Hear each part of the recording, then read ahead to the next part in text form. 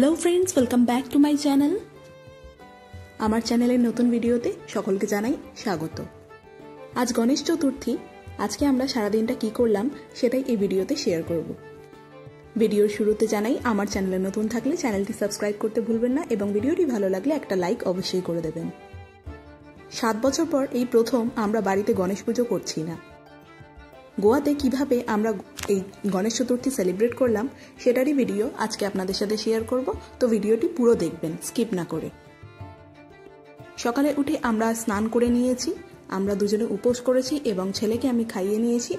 আর আমরা যাচ্ছি বাড়ির সামনের যে মণ্ডপটা আছে সেইখানে ঠাকুর পুজো দিতে। সকাল সকালই পুজো দিতে বেরিয়ে গেলাম। বাড়ি ফিরে করতে হবে রান্না, সেই কারণে আরো তাড়াতাড়ি গেলাম।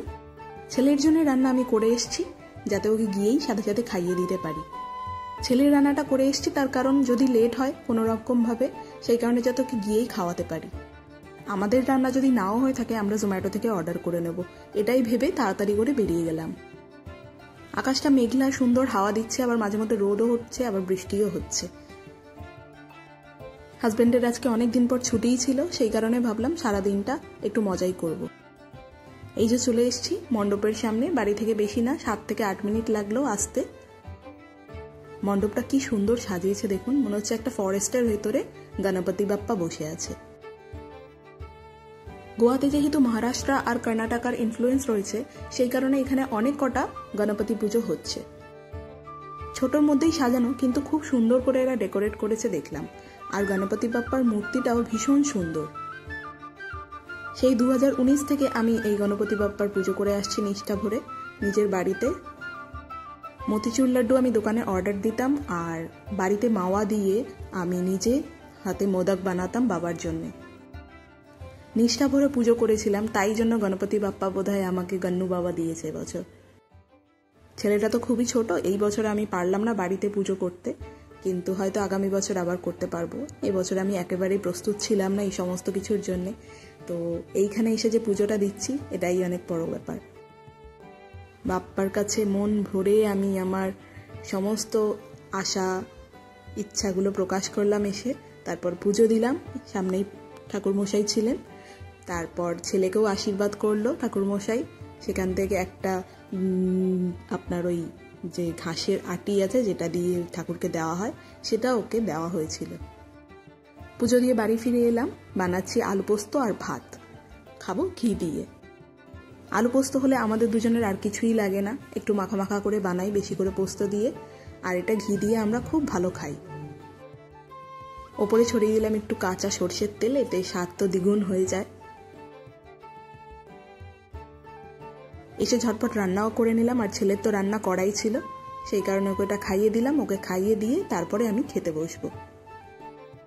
সকাল সকাল স্নান এবং ঘুরে এসে ও বেশ দেখলাম যে টায়ার্ড হয়ে গেছে, এইবারেও ঘুমোবে। তো আমরাও খেয়ে দিয়ে দুজনে মিলে ওকে নিয়ে ঘুমিয়ে পড়েছিলাম।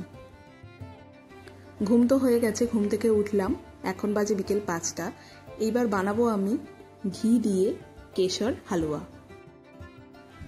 বাড়িতে গণেশ পুজো হলে তো এইটা সবাই করে থাকে, তো আজকে আমি মোদক বানাবো না, আজকে আমি এটা বানাবো। আর যেহেতু আমার ছেলে এখনো অবধি চিনি খায়নি, সেই কারণে আজকের দিনটাই আমি ঠিক করলাম যে ওকে মিষ্টি খাবার আজকে প্রথম দেব।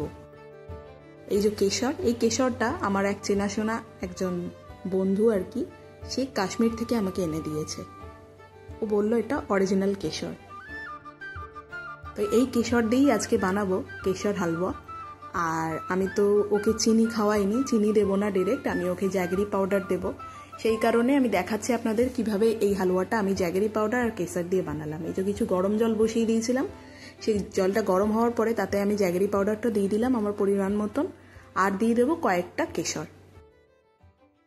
জলটা ফুটতে আরম্ভ করলো, তখন আমি দিয়ে দিলাম কেশরটা, যাতে কালারটা ভালো আসে। এইদিকে কড়াইয়ের মধ্যে আমি দিয়ে দিচ্ছি সামান্য ঘি। ঘিয়ের মধ্যে আমি আমার ইচ্ছে মতো ড্রাই ফ্রুটসগুলোকে হালকা ভেজে নিলাম। আমি দিয়েছিলাম আমন্ড আর কিশমিশ, কাজু আমি দিইনি। হালুয়ার মধ্যে এই ড্রাই ফ্রুটস যদি মুখে পড়ে খুব ভালো লাগে, ছোট ছোট কুচি করে দিয়ে দিয়েছিলাম। এরপর ওই ঘিয়ের মধ্যেই আমি দিয়ে দিচ্ছি সুজিটা। সুজিটা ভালো করে রোস্ট করে নেব।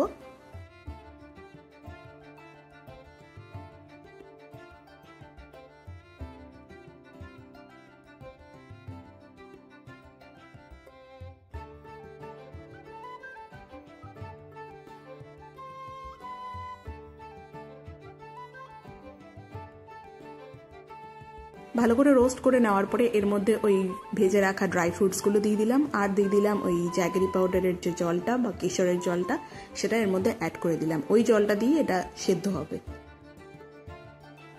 রিফাইন্ড সুগার আমি ওকে দিলাম না, আমরাও এবারে রিফাইন্ড সুগার খাওয়া বন্ধ করে দিচ্ছি, আমরা জ্যাগেরি পাউডারেই শিফট করলাম। তো আজকে প্রথমবার খাবো, দেখি ট্রাই করে কেমন লাগে।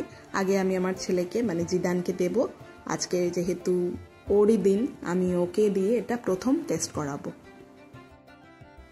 প্রথমে ও খেতে চাইছিল না, যথারীতি দুষ্টুমি করে, কিন্তু তারপরে যখন দেখলো টেস্টটা একেবারেই নতুন, বেশ মিষ্টি মিষ্টি, তো অনেকটাই খেলো এবং খুবই খুশি হয়েছিল খাওয়ার পরে। কিছু খাবার দিলেই এই মাথা নাড়িয়ে না বলাটা ও নতুন শিখেছে, জানি না কোথা থেকে শিখেছে, আমরা তো কেউই শেখায়নি, ও নিজে নিজেই এটা এখন করছে। দেখতে খুব ফানি লাগে, প্রথম দিকটা না করে, তারপরে যেই খেলো, খেয়ে বুঝলো এটা একেবারে আলাদা খেতে, বেশ মজা। এরপরে আমরা বসে গেলাম নিয়ে 2 কাপ কফি আর কিছু স্ন্যাক্স। তো পিওর ভেজ, তো আমরা বাইরের কোনো কিছুই খাবো না ঠিক করেছি, ঘরেতেই খাবো।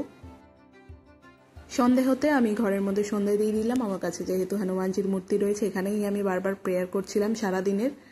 আর সন্ধ্যা আরতি আমি চালিয়েছিলাম ইউটিউবে। দরজা এবং চারপাশে আমি ক্যান্ডেল জ্বালিয়ে দিয়েছিলাম সুন্দর করে, যাতে মনটা ভালো হয় আজকের দিনটাতে। আর আরতি যেহেতু আমি টিভিতেই দেখছিলাম, আর সমস্ত গান এই সমস্ত কিছু আমি এমনিও রোজ চালাই, তো জিদান এই গানগুলো জানে এবং ও পেট থাকাকালীন থেকেই শুনেছে। প্রেগনেন্সি পিরিয়ড থেকেই আমি এই সমস্ত আরতি গান এবং মন্ত্র চ্যান্ট করতাম অলওয়েজ, সকাল বিকাল সন্ধ্যে 3 বেলা করে। তো যখনই আমি এই গানগুলো চালাই, ও ভীষণভাবে ওর ভাইব ম্যাচ করে, ও রিলেটও করতে পারে, যেহেতু ও একদম ওম থেকে এই গানগুলো শুনে এসছে। এরপর আমি দেখলাম ওই গানে বেশ নাচও করছিল, খুব মজাও লাগছিল ওর হয়তো। তো এগুলো দেখে ভালোও লাগে যে বাচ্চাকে আমি এই ধরনের কালচার শেখাতে পারছি। চলে এলাম কিচেনে, এবারে বানাবো রাতের জন্য একটু খাবার। বানাচ্ছি আমি রাতে আজকে ছোলার ডাল এবং লুচি, নিরামিষ সম্পূর্ণ। নিরামিষ দিনগুলোতে একটু টেনশনই থাকে যে কি বানাবো, কিন্তু যেহেতু রেগুলার ডেজে আমরা প্রায়ই বাইরে খাই এবং ম্যাক্সিমাম ননভেজই খাই, তো এই দিনগুলোতে আমরা বাঙালি রান্নাগুলোকেই প্রেফার করি, একদম পিওর ভেজিটেরিয়ান, যেখানে পেঁয়াজ রসুনের কোনো ব্যবহার থাকবে না, সেই রান্নাগুলোকেই করি এবং আমি বাড়িতেই বানাই, সেগুলোকে আমরা ভালোভাবেই খাই, কোনো অসুবিধা আমাদের হয়ও না। চেষ্টা করি সবসময় যেতে বাড়ির খাবারটা যতটা পরিমাণে খাওয়ানো যায়। আমার হাজব্যান্ডকেও ভীষণভাবে বাইরের খাবার খায়, তো এই নারকোল দিয়ে যে ছোলার ডাল, এটা আমাদের সবারই খুব প্রিয়, আমরা জানি। তো সেটাই বানিয়েছিলাম, আর সাথে বানিয়ে নিয়েছিলাম লুচি। এই যে লেচিগুলো আমি গোল গোল করে তেল দিয়ে রেখে দিয়েছি, আর এইদিকে করা হয়ে গেল ডাল। খেতে বসার আগে বানিয়ে নেব গরম গরম লুচি, ফুলকো আর ডাল। আর তার আগে আমরা খাওয়ার আগে ছেলেকে খাইয়ে দিলাম, কারণ ও ঘুমিয়ে পড়েছিল মাঝখানে, ঘুম থেকে উঠে খিদে পেয়ে গেছে, ওকে আগে খাইয়ে দিয়ে তারপরে আমি আবার কিচেনে গেলাম। আর এই যে খাওয়া চলাকালীন আমার শ্বশুরবাড়িতে চলছিল ওর ভিডিও কল, ও ভিডিও কলে দেখছিল ঠাম্মা দাদুকে, গল্প করছিল আর খাচ্ছিল। এখন আমাদের এইভাবেই চলে ভার্চুয়াল মিটিং, আর কোনো অপশন থাকে না।